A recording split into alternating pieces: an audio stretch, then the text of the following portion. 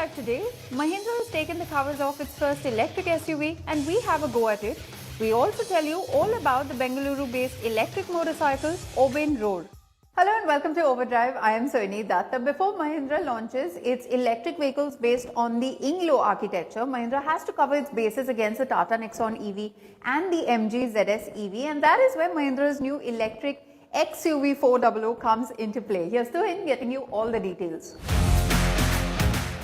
Now we already know what Mahindra's big EV push will look like with the concepts based on the Inglo architecture.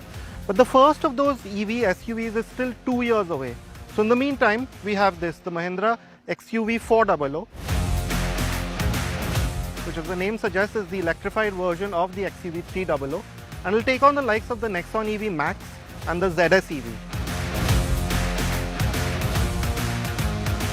As you can see from the copper highlights, that it's part of the XUV family of Mahindra SUV. So you have this copper Twin Peaks logo and these X motifs throughout the frontal fascia of the car. Of course, there's no grille anymore. And this has become a bit more angular.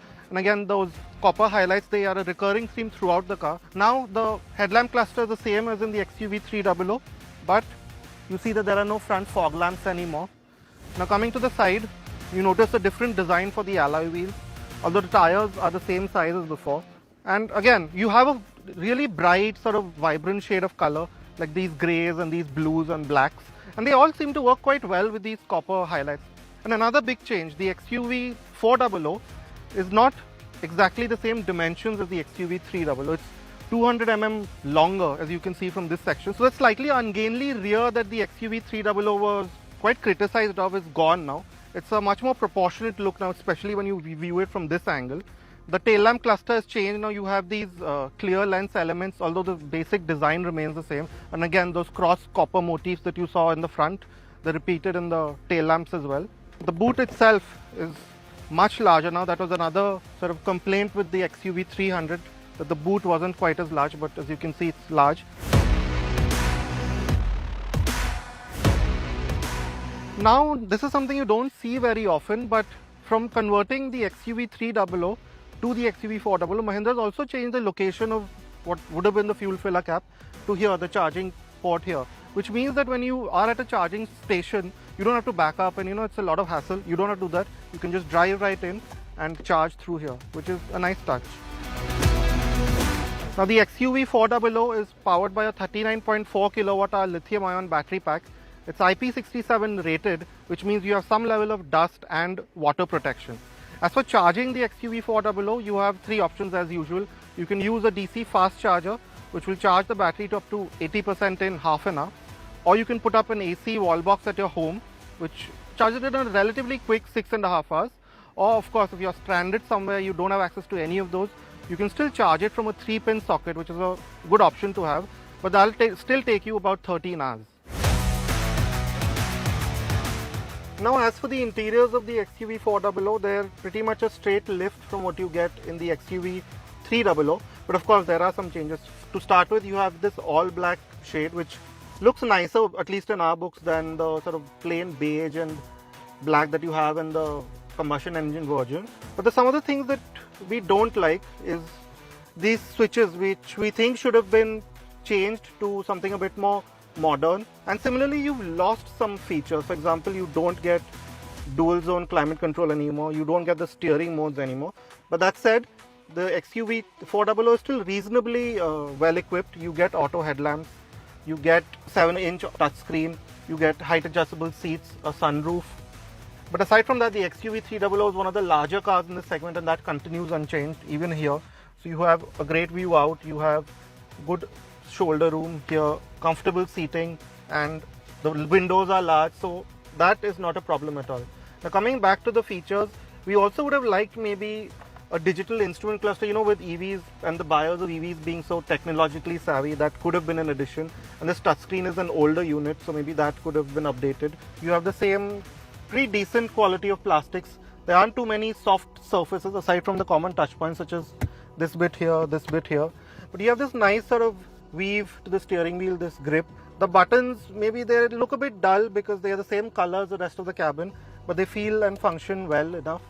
But probably the nicest bit of the XUV400's cabin is this new gear shifter. It looks like it's from a much more expensive car. Feels nice to grip. It's got a rubberized feel to it. And as you can see, it functions with a nice click as well, and you can choose pretty much everything from here. Now, if you are a family who's looking for an EV, then the XUV400 should definitely be on your radar, simply because of the amount of space that it offers. It's significantly larger, at least on initial impression, than the Nexon EV. So you have, as you can see, quite a bit of legroom. Headroom is great, especially with the scooped out roof. You have this wide bench, so 3 abreast is not going to be an issue, especially if the third passenger is a child.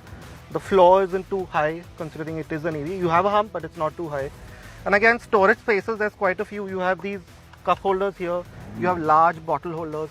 It's the same in the front with this large center console and even bigger storage pockets in the front doors. Now, the only thing that we don't like in the back seat is probably the cushioning on the backrest. It's a bit too firm for our liking, but again, it's totally dependent on how you like it. Now, the XUV300 is a 5-star rated car in terms of safety, and I think that should carry over to a large extent in the XUV400. You get 6 airbags, at least in the top variants. You get ABS, you get rear disc brakes. But other than that, it should be a safe structure to begin with. While styling, of course, is personal preference, you shouldn't feel shortchanged when it comes to the driving range of an electric vehicle. More on that after this very short break.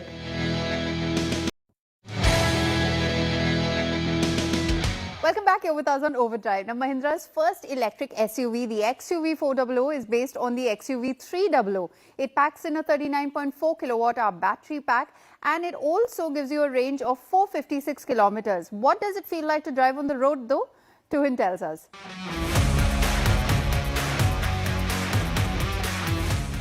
Now, Mahindra says that the XUV400 is the fastest accelerating car that you can buy in the mass market, with a 0 to 100 time of 8.3 seconds.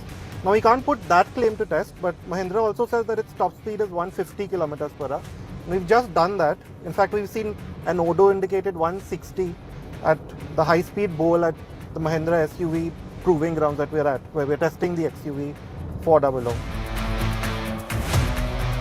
Now, you get 3 drive modes: fun, fast and fearless, and they progressively increase in performance. So in the fun mode, you have speed is limited to about 95 kilometers an hour. Now, the acceleration, the throttle response is a bit less brisk, and that progressively increases to 150 kilometers per hour in the fearless mode. And we must say that even in this very steep 40-degree banking, we did find that the XUV400 to be quite stable. Of course, there's not much noise apart from the wind buffeting that you can hear. It's an EV after all. But here at a steady 100, you notice that it's a very quiet place to spend time in. So high speed, long distances will be quite calming in this SUV. So even here, when we're on this quite steep banking, you notice that the car is straight. There's some movement, as you might expect, but again, it's quite stable for a car with a relatively short wheelbase on a high-speed bowl such as this one.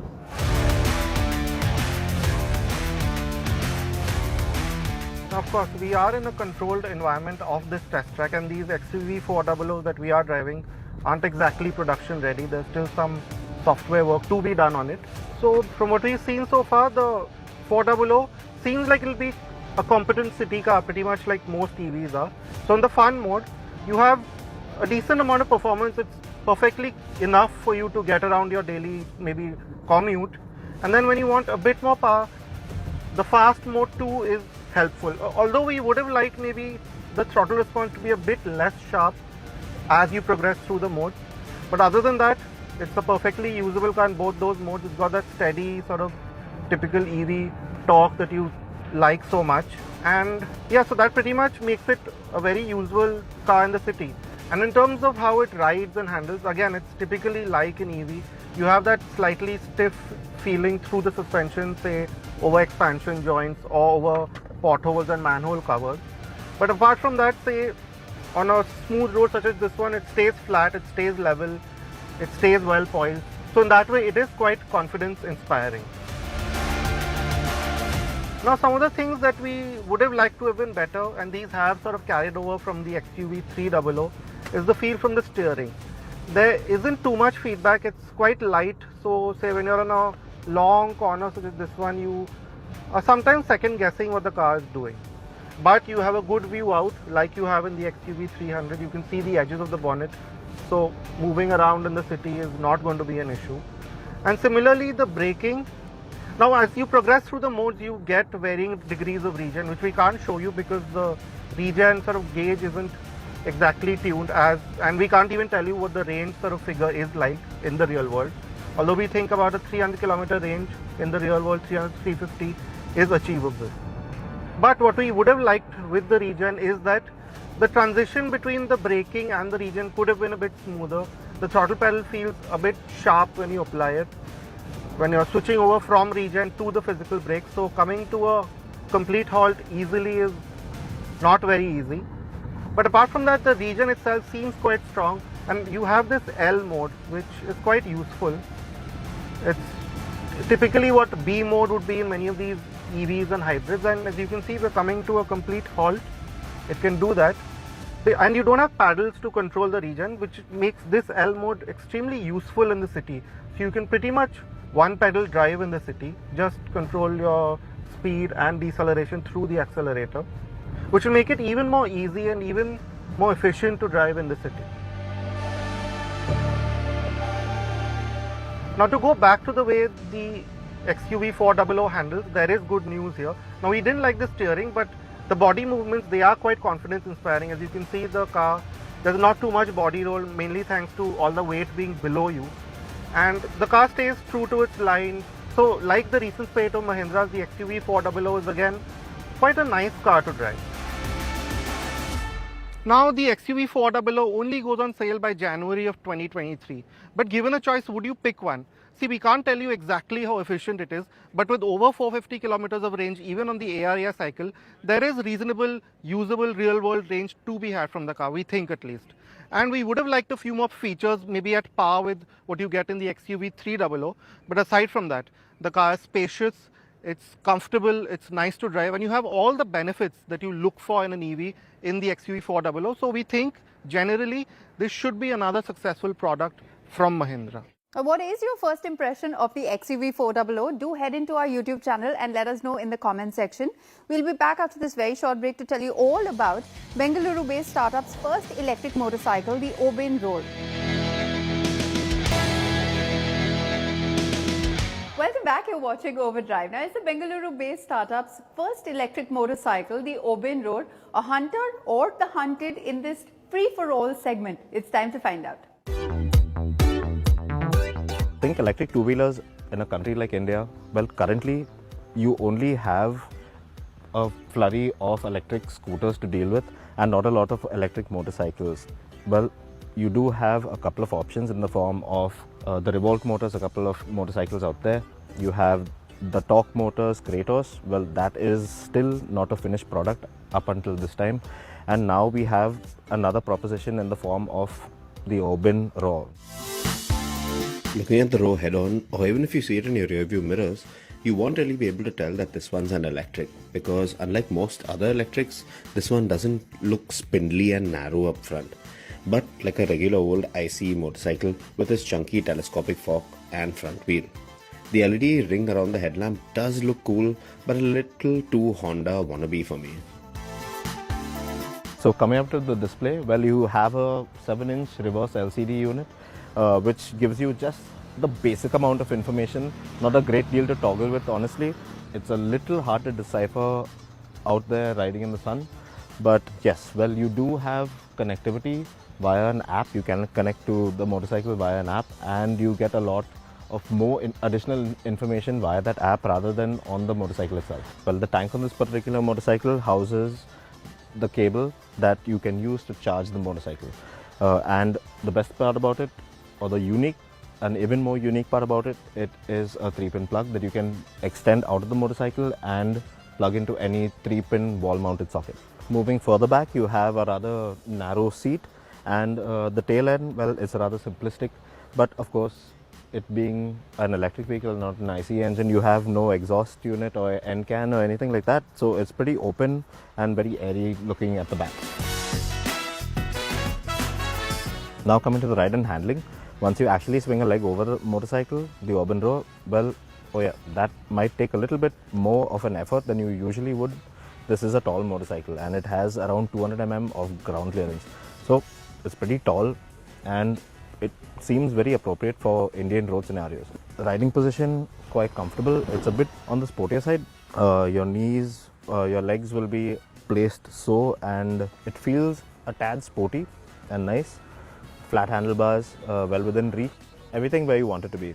My only qualm with this particular setup is the tank, which basically the shape of the tank, well, it sort of intrudes, it sort of juts into your inner thigh when you really want to ride fast. And yes, the more you ride the motorcycle, well, it is going to be a little more painful to deal with.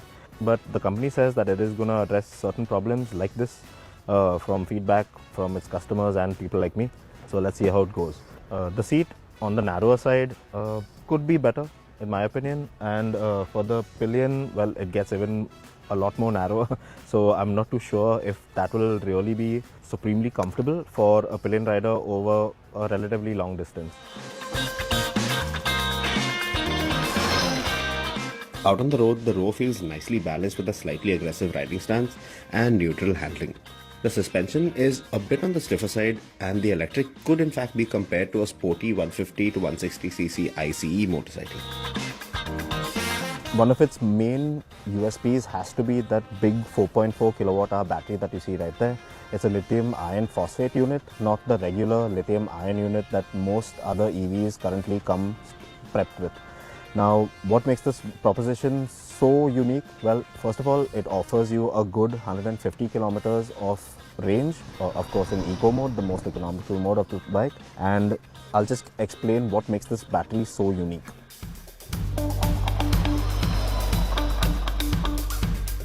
Compared to regular lithium-ion batteries, lithium iron phosphate or LFP batteries are cheaper to construct. And since they are nickel and cobalt free, these units do not create their own oxygen in its energy-creating chemical process, which often spells disaster in the event of a thermal runaway. Also, these units can withstand a higher temperature before going into thermal runaway, so technically they are a lot safer. Now, the biggest disadvantage of these battery packs is that they are lower in energy density in comparison to lithium-ion battery packs, meaning it's less efficient and it has a shorter range for electric vehicles in comparison. So to address that particular issue, we have a large 4.4 kilowatt-hour battery in the Rorr.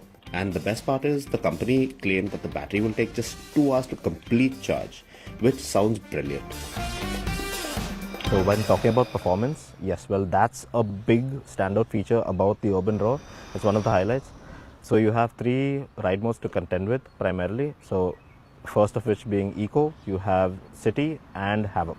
Eco, of course, being the most economical mode, which gives you the best range capability of this vehicle, and Havoc being the most fun, you could say, where you have a limitation, where you are limited to a top speed of 100 kmph. Now the Rorr might be an electric mute with no real exhaust note, but this thing really takes off in Havoc mode. I think that its 10 kilowatt motor could even put some proper small capacity performance bikes to shame with this level of performance, which sounds like heaps of fun, and it is. In Havoc mode, the throttle definitely feels most rewarding. But what doesn't feel so much so is the calibration of the throttle and brakes on this motorcycle, which were definitely off this time around. Yes, now it being an electric, there's no clutch lever on this bike, but the brake levers on either end of the bar felt really hard to employ, which took a bit of effort. But the brakes themselves function very well. In a state like Maharashtra, this motorcycle will set you back by a good 1 lakh rupees ex showroom. That's inclusive of state subsidies. And the further down south you go, like in a state like Telangana, this motorcycle will cost you around 1,25,000 rupees. Well, should you be ready to whip out your checkbook and basically sign up for the Oben Rorr? Well, to be honest, at this particular time, you shouldn't. And let me explain why. Now, the biggest issue that I see with this motorcycle at this particular point in time is the fact that the manufacturer still has a lot of niggling issues to iron out before it comes out with the motorcycle later this year. And whether it actually lives up to its word and manages to achieve all of that in this very short span of time is yet to be seen. Well, with that, it's a wrap on this week's edition of Overdrive. But remember, you can stay in touch with the team through Facebook, Twitter, as well as YouTube. And you can follow our latest updates on Instagram. We'll see you next week. Until then, goodbye. Many thanks for watching. Ride and drive safe.